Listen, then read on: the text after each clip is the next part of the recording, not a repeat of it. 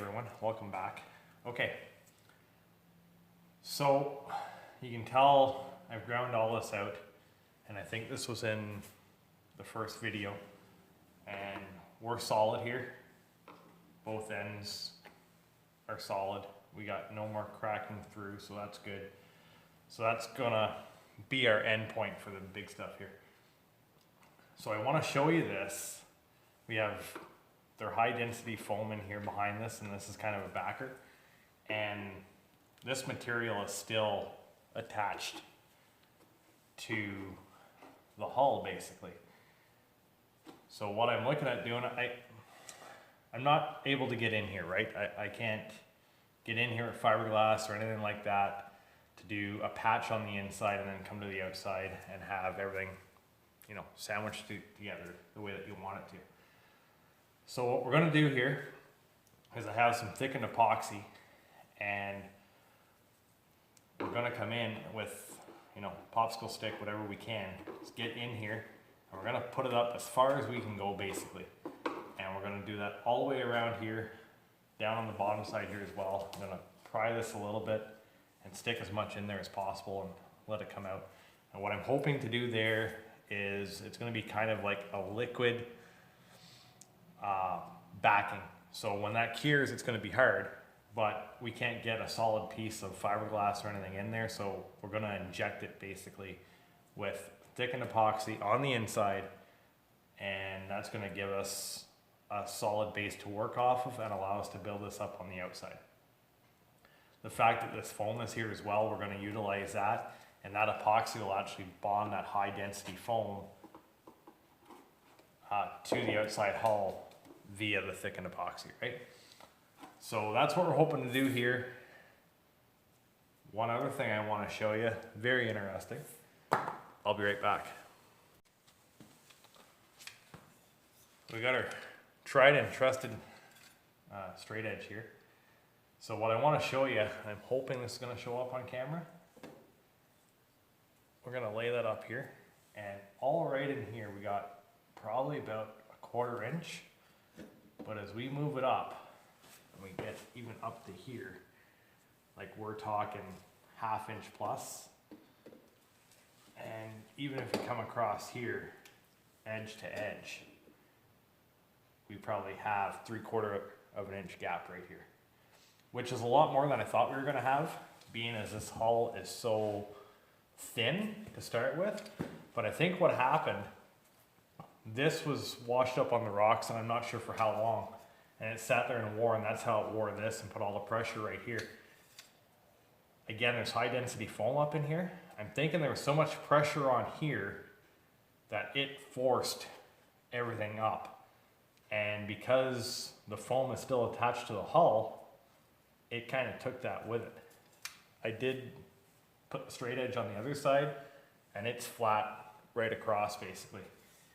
But if you put that there, you can see here where there's still, you know, fresh new paint basically that's not damaged, and there's a 1/4 inch gap. The other side, perfectly flat.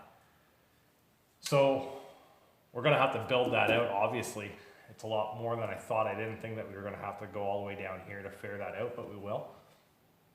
And I double checked this, and this is still attached firmly to that foam. And I don't want to really disturb that. I don't want to rip that apart. I basically want to make that our solid base. It's not going to go any further up here now, and we're just going to build out as needed with all our fillers and whatnot. So just wanted to bring that to your attention. And then what did I use for cutting out this stuff right here? Right here. So it's just a carbon tip. It's a burr. Anyways, I use that. It's a new one. I washed it down with alcohol prior to grinding this out. So here's the other issue of me working in a shop that does everything, is potentially we could have used that on aluminum, could have used it on steel. I actually grabbed one of my other tools the other day and had some oil and grease on them.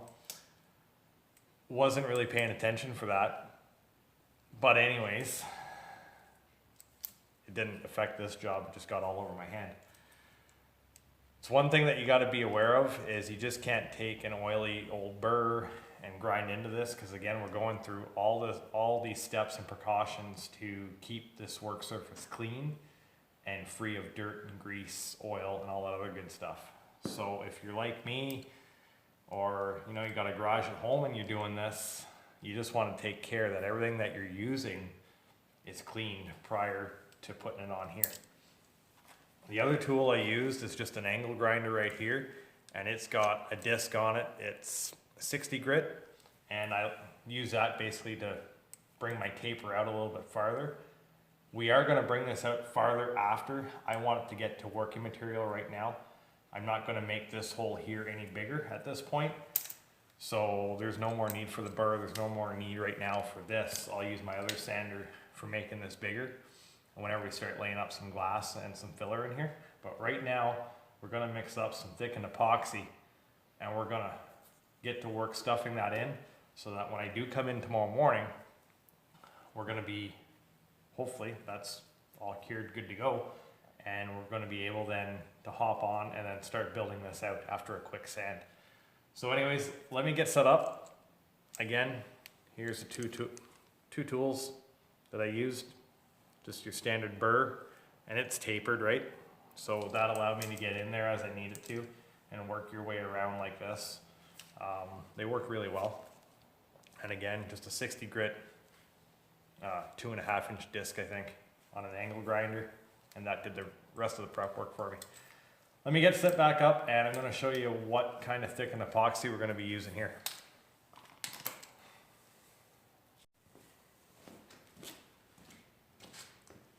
So here we go. Before we hop into our thickened epoxy, our other epoxy that we mixed up here previously is just starting to kick off here right now. So cup number 1 is 115 degrees Celsius. Cup number 2 is 113 Celsius. And our lid right now is 21.5 Celsius. So all from the same batch. Obviously these are thicker than the lid that I have laid up here, so that's going to stay cooler. It's not going to allow for that much of a heat buildup. But this here, like I say, is 115 Celsius. So whatever the combustion point of this is where you start running into issues, right? If you have a big pot of this, if you had this container full of this right now, this plastic container is probably going to melt, and you know, you're going to be lucky if it doesn't even catch on fire, because it will start smoking. And I have had them smoke before on hot summer days when you're using a fast hardener. Yeah, you don't have a lot of time. So anyways, if you feel the bottom of that is burning hot right now. The bottom of the container is not bowed out or anything like that. It's pretty flush. But as of right now, that's a solid state. That's not going anywhere. So that's kicking off well. So that's almost telling me that we're going to be good to go on this epoxy. The fact that it kicked that quick, it's only been 15 minutes, I think, since we poured this out. So that's coming along good. Just going to set this to the side. We're going to get out our other thickened epoxy and show you what we're going to do with that. So here we go.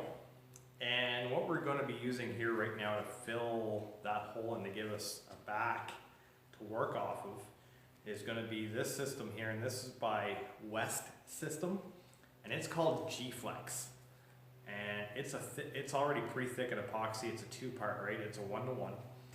So I came across this probably 2-3 years ago now, maybe 3 years ago now. Anyways, the reason I like this is I have used it on aluminum boats that are getting pretty tough and thin, and for various reasons have holes in them that are not weldable or repairable, or we had to put in like a reinforcing plate basically on both sides and rivet them together. This stuff works amazing. So instead of using like a sealant or whatever else, the nice thing about this is it's exactly what it says right here. It's G-Flex. So this does remain somewhat flexible for the life of this after it's mixed up. So it's still 100% strong, and you can go on their website and get all the information. Put this up here. This is the system right here. It's G-Flex, and one is the adhesive, obviously, and the other stuff is the thickened epoxy. Or, sorry. One's a hardener, one is the resin. So anyways, this stuff, the resin itself is clear just like the epoxy that we poured out. It's already pre-thickened though. And then the hardener is almost like a thick, rich honey.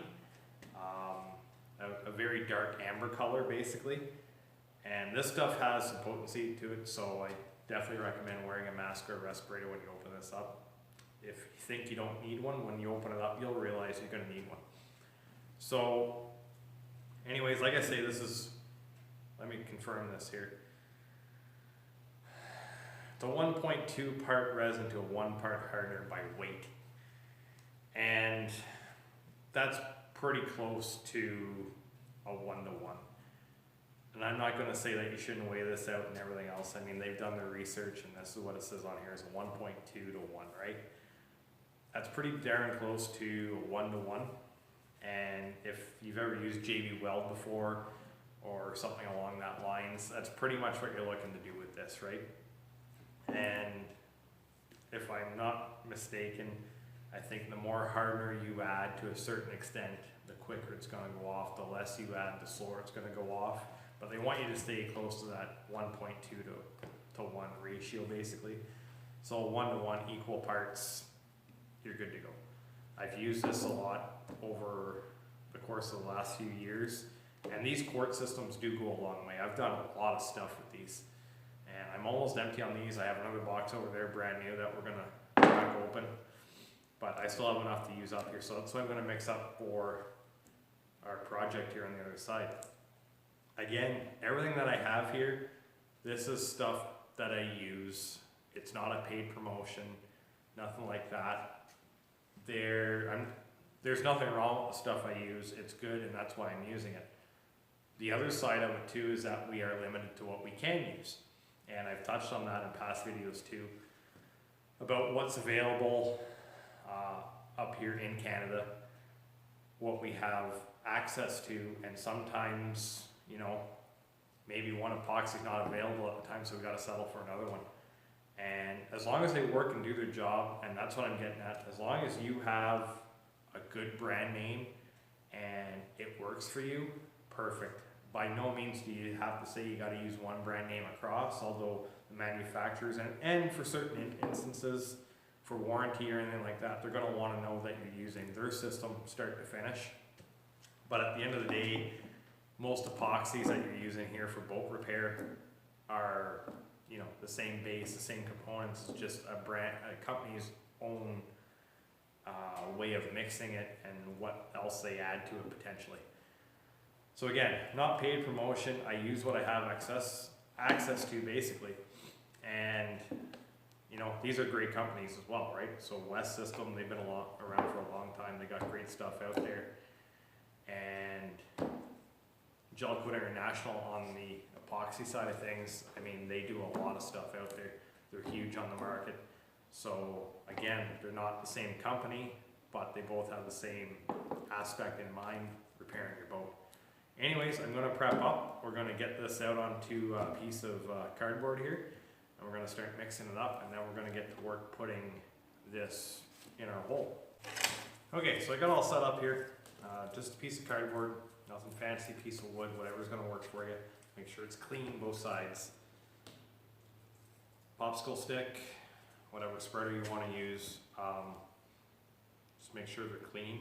Make sure that you don't cross-contaminate, because that's going to ruin your whole batch, obviously, right? So anyways, I'm going to try to do as much as I can without the respirator on. Once I open up that the hardener part, I'm going to put it on, so it stinks. Anyways, probably not good for you either. So here we go, and we're only going to mix up what we can use right now. We're not going to make up a whole big batch. We're going to just come back and you know, keep doing this all day if we have to, right? So this is good stuff. It's expensive, but it works well, but you don't want to waste it either. So here we go. And I mean, thickened epoxy, right? So that's pretty thick. We're gonna lay that out right there. And I think here, let me see. And you could warm this up too. The only thing is you're gonna make it more runny, and it's gonna depend on how runny you really want it, right? Because you're sticking it in somewhere where you don't want it to run out. That's about 2 tablespoons there, I think, and we're just gonna leave it at that. And then I'm going to do 2 tablespoons now of the hardener, and then we're gonna use a separate stick for mixing this stuff up then as well. And then we're going to jump over to the unit here, and we're going to get at it. So there's no point in me really doing this on camera, I don't think. So you're not going to be able to hear me anyways. So I'm going to shut it down and mix this up, and then we'll catch you on the next one.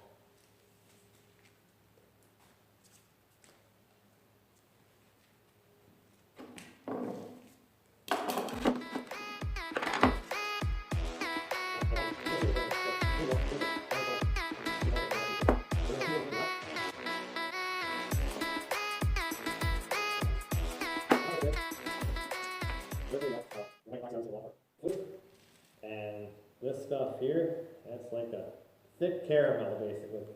So here we go, we're just going to mix these together.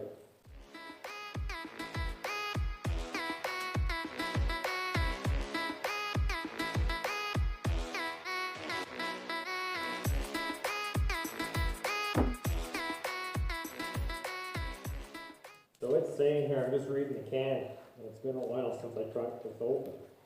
And it gives you a 45-minute working time, approximately. So once this stuff's mixed up, I mean, if you can leave it flat here on the paper towel or on the cardboard, and not in a big ball, it's obviously going to extend your working time, right? Just spreading this out. I want to make sure that's an even consistency, and it's just like anything else that you're ever mixing up, is you want it to all be the same color basically. So there we go. That looks pretty good. I'm going to let that start doing its thing. And I'm just going to get set up here on the other side of the boat, and then we're going to see what kind of mess we can make. Okay, so here we go. So I'm over here now, we got our epoxy setting up here, and all we're gonna do right now is gonna take our alcohol and our paper towel, right here, and we're gonna clean this up. Now, most of the time, you should be sanding the other side of this to get in here so that your epoxy is gonna have a good bond. On this side here, like I was mentioning, is we already have the foam attached here. And there are some areas where the foam is ripped away, but that foam stuck on there so well that there's no point in trying to remove that and take that off of there. So that's basically going to be what our epoxy is going to stick to, right? So I'm confident enough that we have enough fiber and, you know, roughness on the other side that we don't have to worry. And I mean, to be honest, without making this hole a whole hell of a lot bigger, we're not going to be able to get in there to do anything with it. So that epoxy is going to bond to that foam very well as well. So we're not going to be worried about that. We're just looking at filling this up right now, making it as wide as we can on the inside with our popsicle stick, forcing it in there and letting that cure. And that's going to be our backer. I mean, you can only do what you can basically in some points, and that's just the way it has to be. I mean, unless you're going to start cutting these things wide open to get in there, it's not practical. You just go buy another Waverunner at that point. So I'm just gonna do the back corner here, and then we're gonna get at it here, putting some epoxy in. All right, so we're back at it. Most of our alcohol is evaporated off. We got none on the inside, so we're gonna go ahead.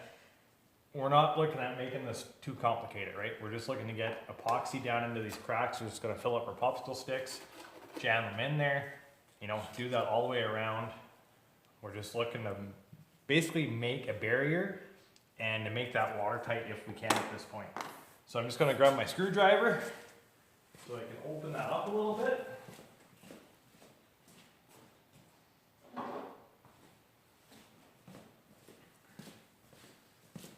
And again, make sure that you wipe this down with alcohol, because the last thing you want is to come in here and put grease or dirt or something on there, and there you go, right? So you can probably hear that maybe. That's like, I'm sticking that in there and that fiberglass isn't moving at all, right? It's stuck. So again, we're not gonna get fancy here. It's just basically popsicle sticks and epoxy, and we're just gonna start stuffing.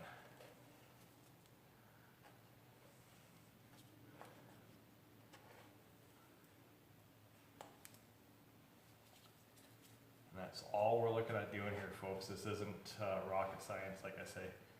We're just trying to give ourselves something to work against and to fill up these small voids that we have here. And again, this is something similar to what is in the Yamaha repair manual for these things, right?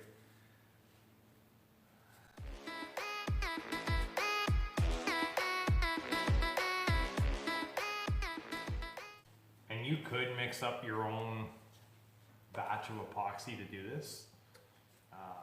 Don't necessarily have to use the G-Flex here. But what I like about this is the simplicity of it, the easiness of it, and trust me, you're gonna find other uses for this stuff, right? It's not just for fiberglass repair. This stuff can be used for a lot of different things, right?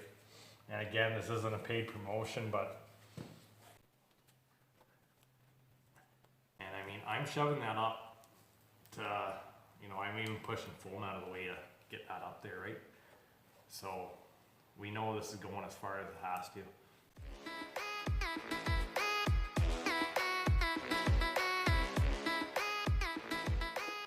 And you might be saying too, I didn't clean the inside of it. There's going to be dust and everything in there, but nothing that I introduced into this is going to cause this not to work or to cause it to fail. You know, a little bit of dust and everything in there. There was never any oil or grease or anything that was jammed up in here. There was lake water in here. We know that for a fact, but obviously that's got to be dry before you get in here. But it's all fairly clean. I did the best that I could to make sure that this was as clean as it needs to be. And you know, this may not be right, but this is epoxy and it does a very good job of bonding with stuff. So you know, for a few little maybe minor particles or something like that, I think this stuff is pretty amazing.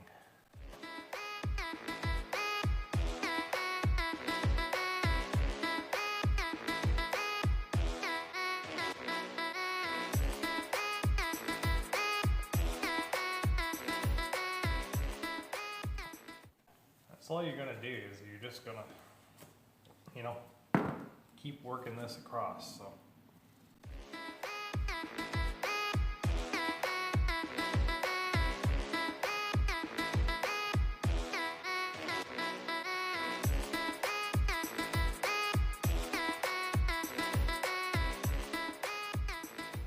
And obviously gravity pulls stuff down, pushes stuff down.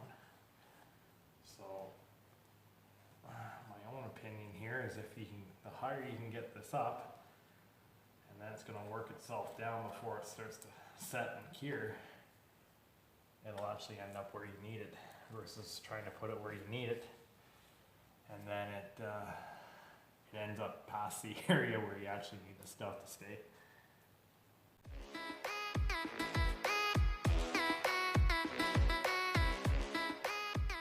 Trying to limit what I get here on the outside because, I mean, obviously that's just going to be stuff that we're going to have to sand off, so just trying to minimize that. I'll come back through with a clean stick there once we're done laying this up. And you're not going to be able just to walk away from this either. You're going to have to stay with this for a little bit and come back and just kind of push it back up and whatnot. Now if I am able to, I'm going to show you guys a little trick here after. That if you do have to walk away, something that'll help you.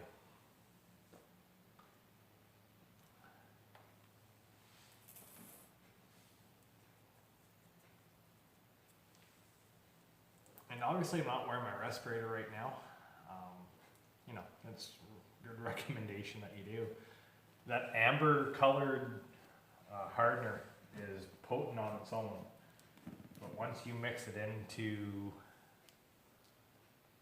the resin, it doesn't seem to be that bad anymore. There you go. We're just poking as much of this in here as we can. And that's what's going to bond to the inside of this and give us some sort of an inside patch. And that's all this is just a patch to be able to start laying some stuff up here on the outside.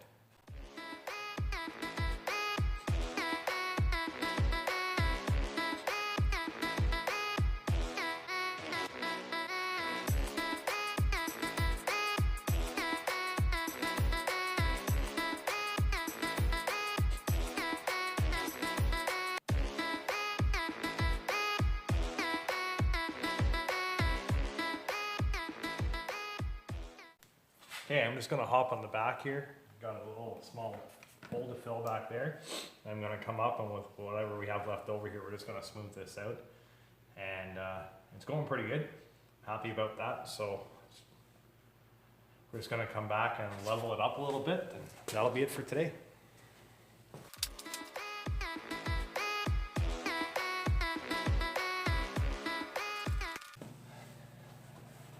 I'll show you guys back there after. It's a lot smaller than what this is. It was just a small little crack basically, but it's worn down right to the foam as well. But like the size of, you know, the palm of your hand basically. It's nothing too big.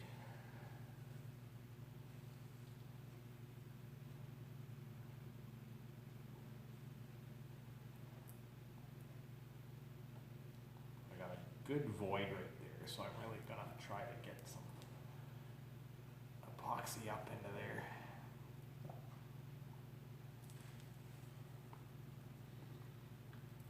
So I use 2 tablespoons of each approximately, and that would have given us 4 tablespoons total.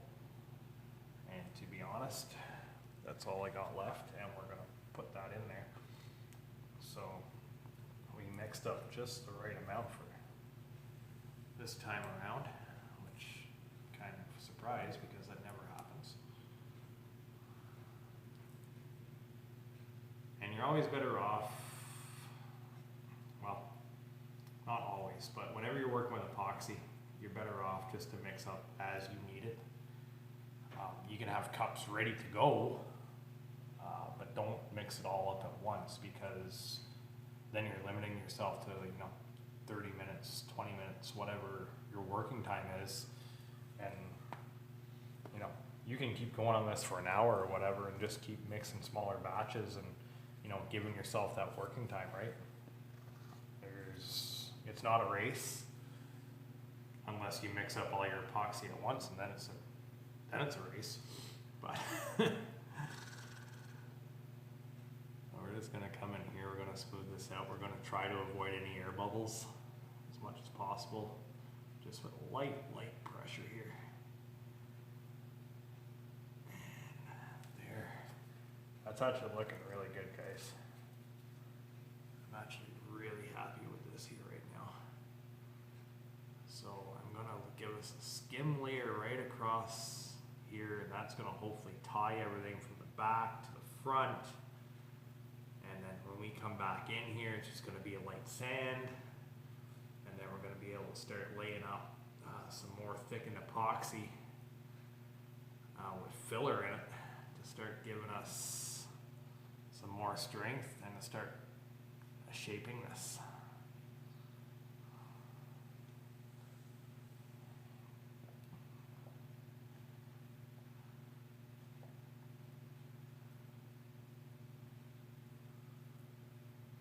And you can see, you know, how sticky and gooey this is, right? And it doesn't require a lot of coming back and having to stick it back up. So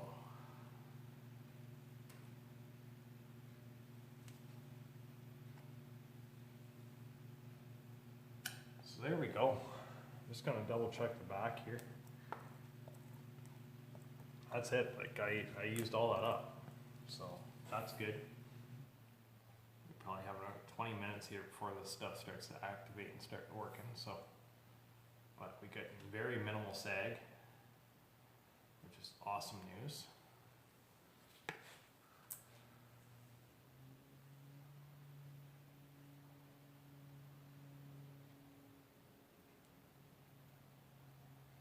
And I mean, if you were short right now, you could go mix yourself up another batch, come back, and keep applying it basically.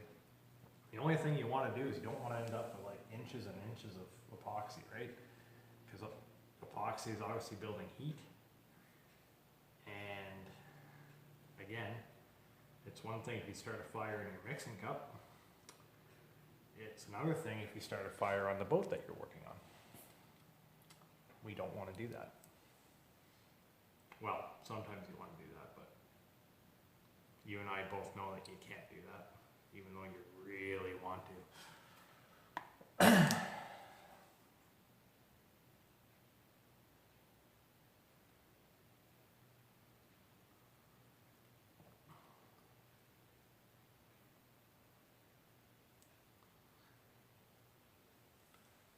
So there we go. That's pretty good right there. I'm gonna stop playing with this because the more you play with it, the more things start going sideways and you get frustrated and yeah, things don't happen nicely. Okay, so the back's looking good. This is looking good. I'm gonna be at the shop here for a bit longer, obviously. I'm just gonna come back and keep an eye on this until it starts setting up. I'm gonna leave my mixing sticks and my cardboard here together, and this is gonna give me an indication of both when everything starts to set up, because this is such a small layer. It's gonna give me that indication that it's starting to go. And then also tomorrow morning when I come back in, we shouldn't be able to take this popsicle stick off that cardboard. That should be stuck 100% and never gonna come apart, right? And if we don't have that tomorrow morning, obviously we have an issue, which means this probably isn't going to be solid.